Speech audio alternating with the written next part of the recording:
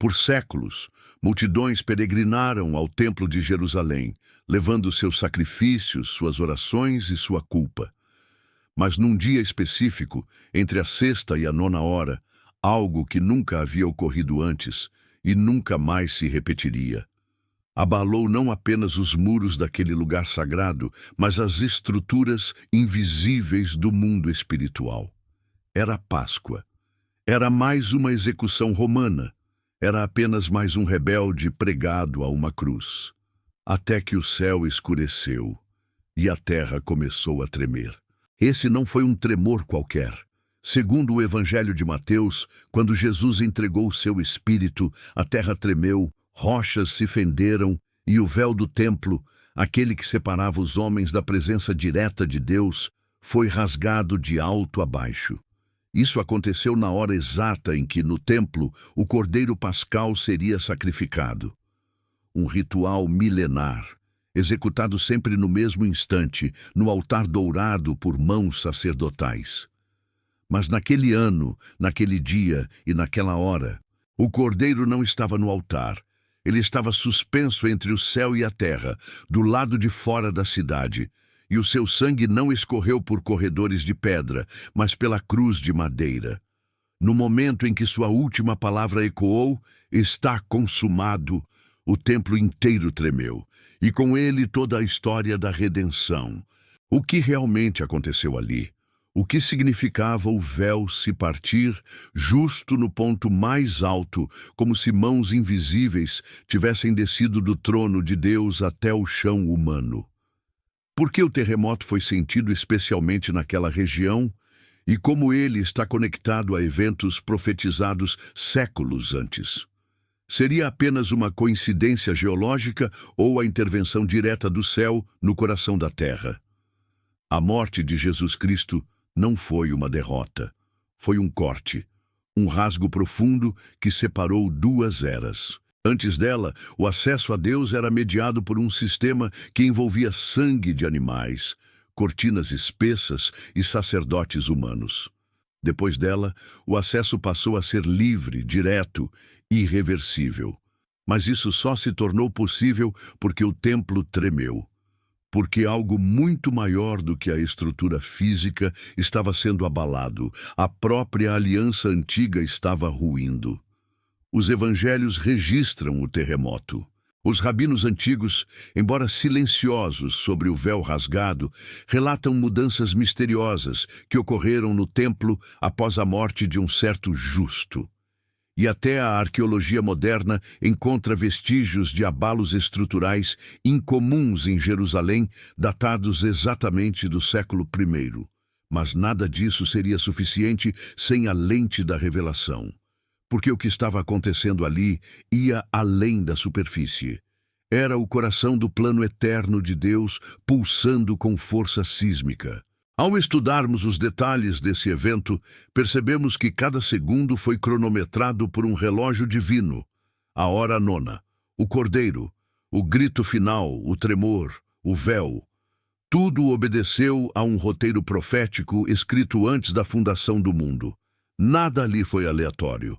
Nada foi improvisado. O terremoto não foi apenas um sinal para os presentes. Foi uma declaração celestial que o tempo havia sido dividido entre o velho e o novo, entre o sangue da terra e o sangue eterno. A pergunta que devemos fazer não é apenas o que aconteceu ali, mas por que Deus escolheu abalar o templo justo naquele momento? Por que rasgar o véu? E por que fazê-lo de forma tão pública, tão física, tão definitiva?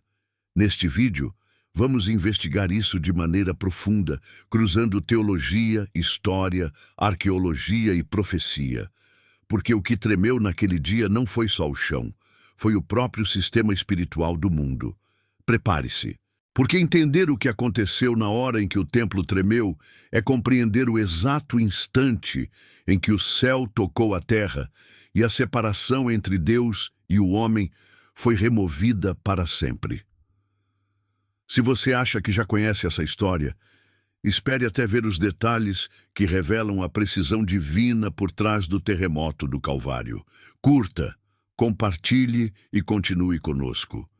O que você está prestes a descobrir pode abalar sua fé, no melhor sentido possível.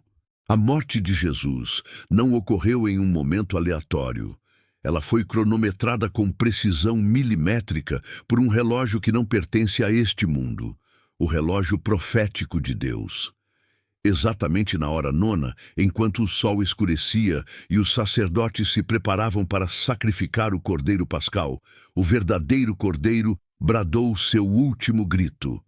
A cultura hebraica sempre foi profundamente marcada por ciclos, horas e ritmos sagrados. Desde o Êxodo, Deus instruiu seu povo a realizar sacrifícios específicos em horários determinados. Um desses horários era a hora da oferta da tarde, por volta da 9ª do dia, ou 15 horas no nosso relógio moderno. Esse era o momento diário em que o sacerdote subia ao altar do templo com o cordeiro para ser imolado como sacrifício contínuo pelo pecado de Israel. E é exatamente nesse horário que Jesus morre na cruz, do lado de fora das muralhas de Jerusalém. A conexão entre esses dois acontecimentos não pode ser ignorada. Cristo, chamado por João Batista de o Cordeiro de Deus que tira o pecado do mundo, morre no instante exato em que o cordeiro simbólico seria sacrificado no templo. Um sinal claro de que a sombra estava dando lugar à realidade. O Evangelho de Marcos 15, 34-37 registra que Jesus bradou em alta voz por volta da hora nona e logo em seguida entregou o Espírito. Isso não é apenas uma coincidência histórica, é o cumprimento exato de uma agenda celestial. Era como se o Pai estivesse marcando no céu e na terra a substituição definitiva. O sangue do Filho substituindo para sempre o sangue dos animais. A antiga ordem estava sendo encerrada diante de todos. Ao entendermos o calendário sacerdotal, percebemos que o Cordeiro Pascal era escolhido dias antes, examinado para não ter defeito, e então sacrificado com cerimônia e exatidão. Jesus foi examinado por Pilatos e declarado inocente. Foi entregue à multidão na mesma semana da Páscoa e morreu no mesmo dia e hora em que o cordeiro deveria ser imolado. Tudo isso aponta para algo inegável. Jesus não morreu porque foi traído ou porque o Império Romano quis. Ele morreu porque o céu havia marcado esse exato momento desde o princípio. Na cultura judaica, as horas do dia começavam ao nascer do sol, por volta das 6 às da manhã. Assim, a terceira hora equivalia às 9 horas da manhã, a sexta hora ao meio-dia e a 9ª hora às 15 horas. Essa divisão torna ainda mais chocante o que os evangelhos registram. Jesus foi crucificado às 9 horas da manhã. A escuridão caiu ao meio-dia e ele morreu às 15 horas. 3 momentos marcantes, 3 horas proféticas, revelando que o céu estava envolvido em cada segundo da crucificação. Essa cronologia também ecoa com os sacrifícios do Antigo Testamento. O sacrifício da manhã e o da tarde eram ofertas contínuas, representando comunhão constante entre Deus e o povo. Mas esses sacrifícios eram apenas símbolos, sombras temporárias que apontavam para um sacrifício perfeito. Por isso, quando Jesus morre exatamente na hora do sacrifício da tarde, ele está declarando que a comunhão definitiva foi restabelecida. A separação entre Deus e o homem estava sendo removida, não com sangue de cordeiros, mas com sangue eterno. Não é por acaso que o véu do templo se rasga logo após esse momento. O véu simbolizava a distância entre o homem pecador e a presença santa de Deus. Apenas o sumo sacerdote podia atravessá-lo, e isso apenas uma vez por ano com sangue. Mas quando o verdadeiro cordeiro morre, o véu se parte, porque o sangue que foi derramado agora permite acesso total. A hora nona não foi apenas uma marca no tempo, foi uma explosão espiritual que alterou a história do mundo. O relógio de Deus sempre funcionou. Ele marcou o tempo exato para a saída do Egito, para a entrega da lei, para a construção do templo, e também marcou o minuto exato em que o verdadeiro libertador morreria pelo mundo. Jesus entregou sua vida no único momento em que a transição poderia acontecer de maneira legal, simbólica e eterna. A justiça foi cumprida. O tipo encontrou o antítipo. O símbolo se rendeu à substância. Agora que você viu como até o tempo obedeceu à cruz, prepare-se para entender o que caiu junto com o Cordeiro. No próximo capítulo, vamos explorar por que o véu do templo foi rasgado e o que isso revela sobre o coração de Deus. Não pare agora. O melhor ainda está por vir. Quando um véu de 18 metros de altura se parte em duas metades, do alto até o chão, sem nenhuma mão humana tocá-lo, o mundo espiritual está falando em voz alta. Aquilo que separava a humanidade de Deus foi rasgado, mas não de baixo para cima, como se um homem buscasse o céu. Foi de cima para baixo, como se o céu invadisse a terra. No exato momento em que Jesus entregou o Espírito, algo ocorreu dentro do templo, longe dos olhos da maioria, mas registrado com precisão nos evangelhos. O véu que separava o lugar santo dos santos se rasgou completamente. Esse véu não era uma cortina leve, era uma tapeçaria espessa, feita com fios pesados, medindo cerca de 18 metros de altura por 9 metros de largura, com quase 10 centímetros de espessura. Sua função era clara: impedir o acesso direto à presença de Deus. Somente o sumo sacerdote podia atravessar aquele véu, e apenas uma vez por ano, no Yom Kippur, levando sangue para expiação. O véu representava a separação absoluta entre o Deus Santo e o homem pecador. Era a fronteira física e espiritual entre o Criador e a criatura.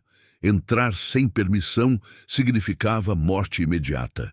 E ainda assim, naquele dia em que o Cordeiro morreu, o véu se rasgou, mas não de forma simbólica. Ele foi fisicamente partido ao meio.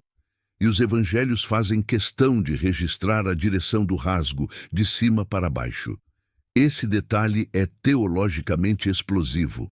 Significa que não foi uma iniciativa humana. Nenhum sacerdote, soldado ou terremoto natural poderia rasgar algo daquela espessura e daquela altura, e ainda de cima para baixo. A origem do rasgo foi o céu. A mão que o partiu não era visível, mas era divina. O rasgar do véu não representava apenas um milagre físico. Ele simbolizava o fim de uma era. O sistema levítico, com seus sacrifícios contínuos e sua mediação sacerdotal, estava sendo encerrado naquele exato momento. O véu, que por séculos gritou: "Você não pode se aproximar", agora gritava: "Venha". Porque o sangue que Jesus acabara de derramar havia satisfeito todas as exigências da lei. O acesso ao Santo dos Santos estava liberado. Não pela anulação da santidade de Deus, mas porque agora, finalmente, havia um caminho novo e vivo, através da carne rasgada do Messias. A carta aos Hebreus interpreta esse evento de forma direta. O véu é o corpo de Cristo. Assim como seu corpo foi perfurado e rasgado na cruz, o véu foi rasgado no templo. 2 véus, 2 realidades, uma única mensagem. A separação acabou. A morte de Jesus inaugurou um novo e vivo caminho para a presença de Deus, não mais restrito a um espaço geográfico ou a uma casta sacerdotal, mas disponível a todos os que creem. É importante lembrar que esse véu era renovado constantemente. Os rabinos cuidavam para que ele estivesse sempre íntegro, sem falhas. Ele era uma das peças mais sagradas e protegidas do templo. O rasgo, portanto, foi um escândalo, uma ruptura pública e inegável. Embora o Novo Testamento não registre a reação imediata dos sacerdotes, registros rabínicos posteriores indicam que após esse período, algo mudou no funcionamento do templo. Sacrifícios deixaram de ser aceitos de forma clara e fenômenos estranhos começaram a ocorrer. O sagrado havia sido violado. ou melhor, transformado.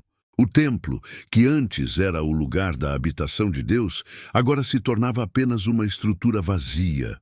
Deus havia saído. A glória que antes habitava o Santo dos Santos havia se deslocado. Agora ela estava em um novo templo, o corpo de Cristo, e mais tarde em seus seguidores. A cortina que se rasgou foi também um aviso. O antigo sistema estava obsoleto.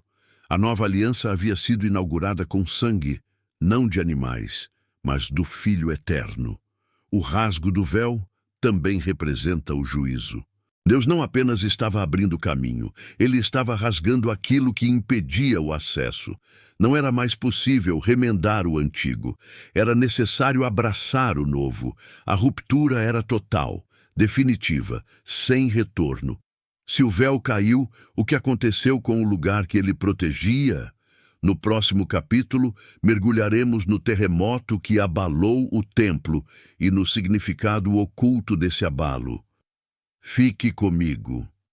O que vem a seguir vai estremecer não apenas estruturas, mas certezas. O que faria o chão de Jerusalém estremecer no exato segundo da morte de um homem crucificado fora da cidade? Segundo Mateus, a terra tremeu, e o epicentro não foi político, militar ou natural. Foi teológico. O abalo no templo não foi um acidente geológico. Foi uma mensagem de Deus escrita com placas tectônicas. Mateus 27:51 não deixa espaço para dúvida. E eis que o véu do templo se rasgou em dois, de alto a baixo, e a terra tremeu, e as pedras se fenderam. O terremoto foi simultâneo à morte de Jesus, um abalo físico real, mas com raízes espirituais. A terra reagiu ao momento em que o próprio Criador expirava na cruz. O universo, submetido à autoridade daquele que o formou, não ficou indiferente. O que foi abalado ali ia além do solo. Foi o sistema, o ciclo, o pacto antigo e o coração endurecido dos homens. Historicamente, Jerusalém está situada numa região propensa a terremotos moderados. Mas o tremor registrado naquele dia não foi natural. Ele foi sobrenatural. O momento, a intensidade e os efeitos foram tão precisos que os próprios soldados romanos, treinados para o combate e o controle, se aterrorizam. O centurião que vigiava a crucificação conclui: verdadeiramente este era o Filho de Deus. Aquilo que a terra fazia era apenas ecoar o que o céu já havia declarado.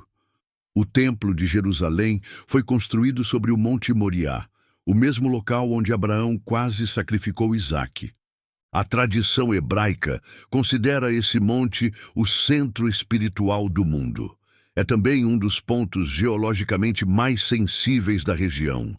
Mas isso só reforça o simbolismo. O local mais sagrado da terra tremeu exatamente quando o sacrifício final foi consumado. Não havia mais necessidade de holocaustos. O altar agora era a cruz. O sangue agora era eterno. E o chão, que sustentava o sistema levítico, cedeu. Ezequiel 38 e Hebreus 12 falam de tremores que acompanham a presença de Deus. Sempre que Deus se manifesta em juízo ou em glória, a terra treme. No Sinai, ao entregar a lei, o monte fumegava e tremia violentamente. Em Naum e Isaías, vemos que os montes derretem diante da presença do Senhor. Agora, em Mateus, a cruz se torna o novo monte, e a terra, mais uma vez, responde com temor. Esse terremoto teve implicações teológicas profundas. Ele marcou não apenas o fim do velho pacto, mas o início de uma nova ordem espiritual. O templo, outrora símbolo da habitação divina, agora era um edifício vazio. Deus não estava mais entre colunas de pedra, mas entre os homens. O tremor sinalizou isso com clareza. A casa antiga foi abalada, porque uma nova estava sendo edificada. A arqueologia apoia a ocorrência de um evento sísmico incomum no século I em Jerusalém. Alguns estudiosos apontam para camadas de sedimentos deslocadas na região do Mar Morto, compatíveis com um terremoto datado entre os anos 30 e 33 d.C. Isso não prova a narrativa bíblica, mas a reforça. Um abalo ocorreu, e ele foi forte o suficiente para que rochas se partissem, túmulos se abrissem e a história fosse registrada. Mas o terremoto não foi apenas uma manifestação física, ele foi um sinal escatológico. Hebreus 12, 26, 27 diz que Deus prometeu abalar não apenas a terra, mas também o céu, para remover as coisas que podem ser abaladas, de modo que permaneçam as inabaláveis. O que aconteceu no Calvário foi um prelúdio desse juízo. Tudo o que era transitório, o templo, os rituais, os intermediários humanos, começou a ruir. O que permanece é o reino eterno inaugurado por Cristo. É por isso que a terra tremeu no momento da morte de Jesus. O céu estava julgando, o véu caiu, o templo tremeu, o sangue foi aceito, e a criação reagiu como uma testemunha silenciosa, mas eloquente. O abalo dizia: algo terminou, e algo muito maior começou. Se a terra tremeu quando ele morreu, o que aconteceu quando ele ressuscitou? No próximo capítulo, você verá como o templo foi substituído por um novo, vivo, indestrutível e eterno. Continue conosco. O novo santuário está prestes a surgir diante dos seus olhos. Destruam este templo, e em 3 dias eu o reconstruirei. Quando Jesus falou essas palavras, os líderes religiosos riram. Para eles, o templo era inabalável, eterno, feito por mãos de reis e sustentado por séculos de tradição. Mas Jesus não falava de pedras. Ele falava de carne, de sangue e de glória. Ele falava de si mesmo. O templo de Herodes era uma das estruturas mais impressionantes do mundo antigo, com pedras gigantescas, colunas ornamentadas e um sistema de sacrifícios meticuloso. Ele representava o coração da fé judaica. Ali, Deus havia ordenado que sua presença habitasse entre os querubins do Santo dos Santos. Mas todo aquele esplendor estava prestes a se tornar obsoleto. Não por abandono humano, mas porque Deus estava prestes a inaugurar um templo superior, o corpo ressuscitado de Cristo.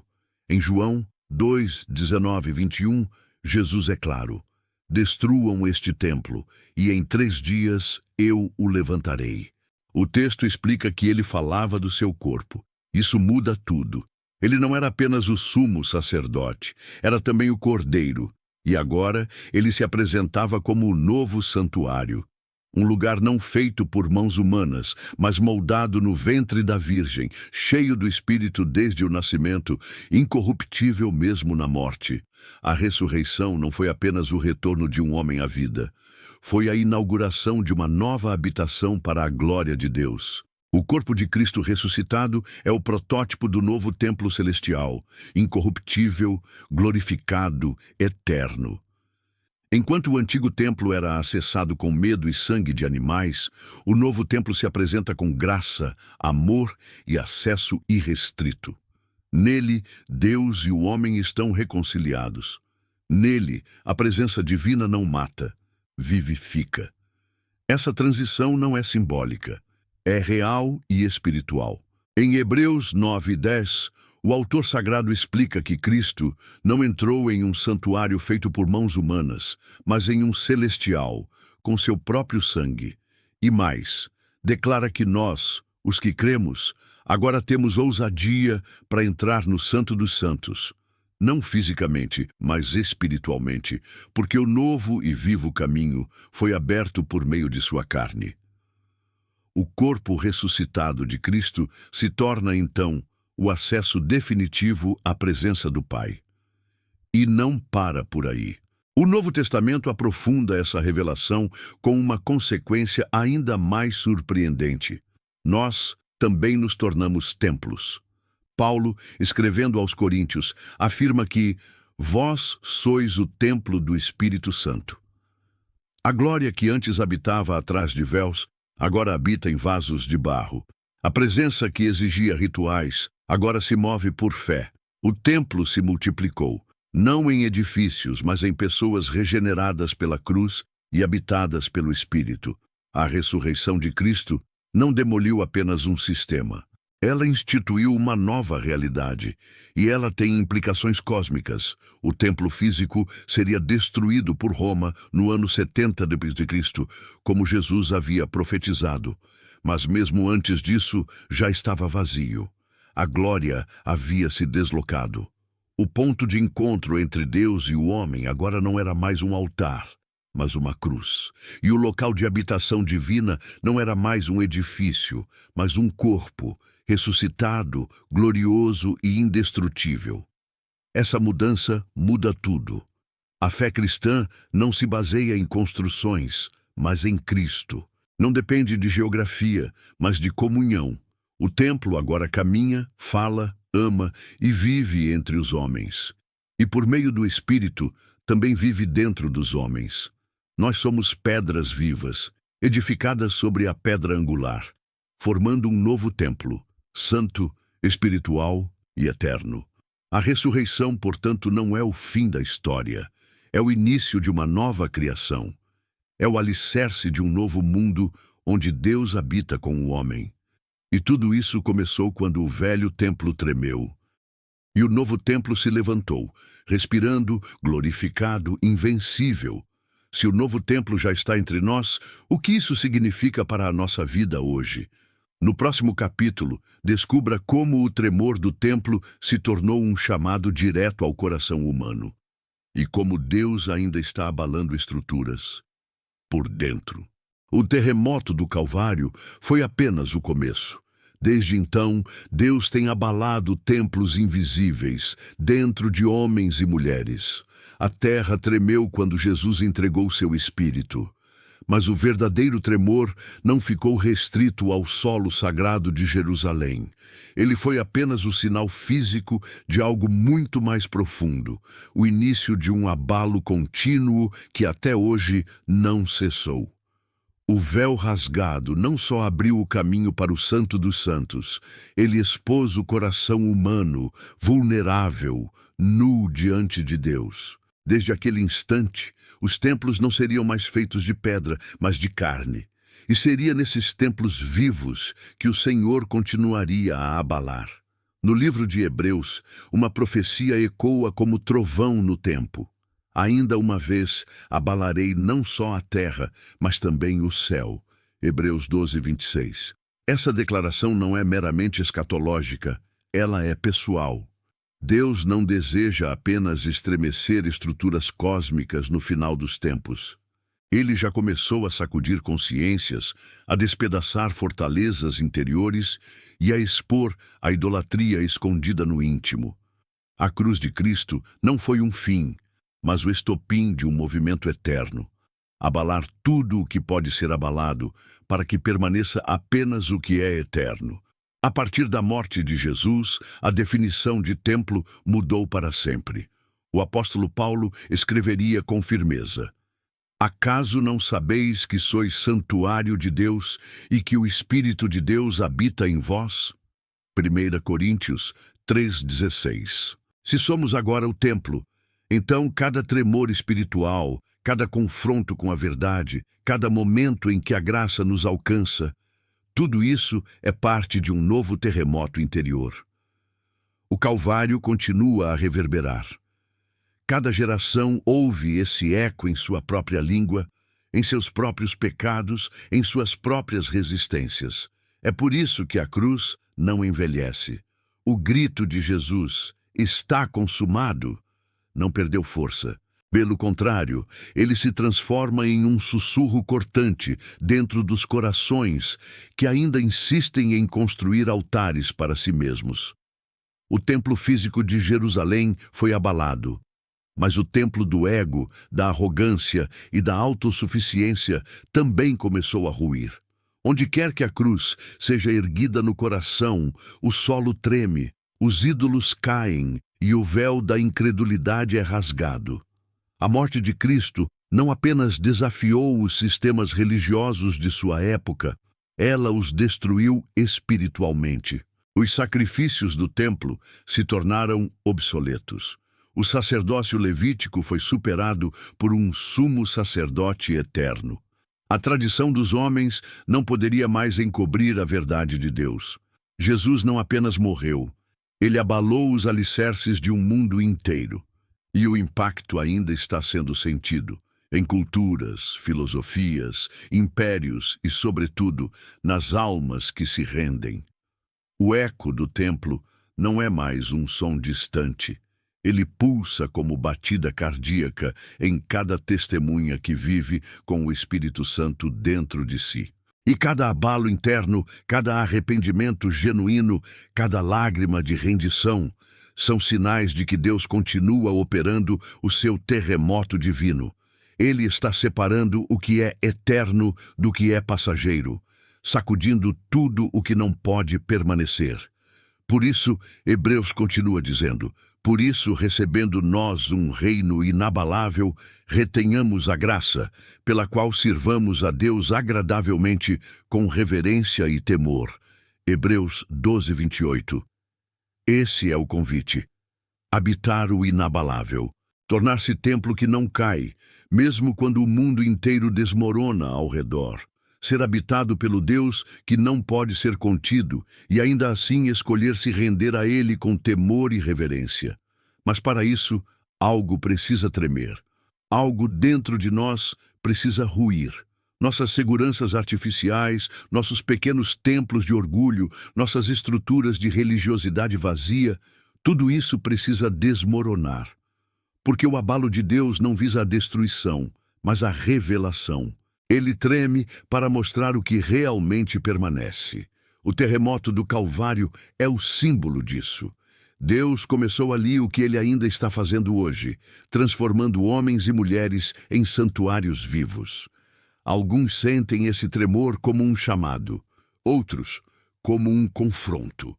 Mas todos, se escutarem com atenção, percebem: o solo da alma nunca mais foi o mesmo depois da cruz. Se o templo tremeu quando ele morreu, o que isso diz sobre o nosso coração hoje? Se o véu foi rasgado, será que ainda vivemos separados? Se o terremoto físico sacudiu os alicerces do templo, será que o abalo espiritual já sacudiu os nossos? Essa é a pergunta que ecoa até hoje entre os escombros das certezas humanas e os ecos da eternidade. O seu coração já tremeu diante dessa revelação? Porque o terremoto do Calvário não foi o fim da história. Foi o início de um novo mundo, onde Deus habita em templos que choram, se arrependem, se rendem e permanecem firmes. O templo tremeu quando ele morreu. Mas será que o seu coração também treme diante dessa revelação? Compartilhe este vídeo, inscreva-se no canal e comente abaixo. Você sente esse tremor ainda hoje?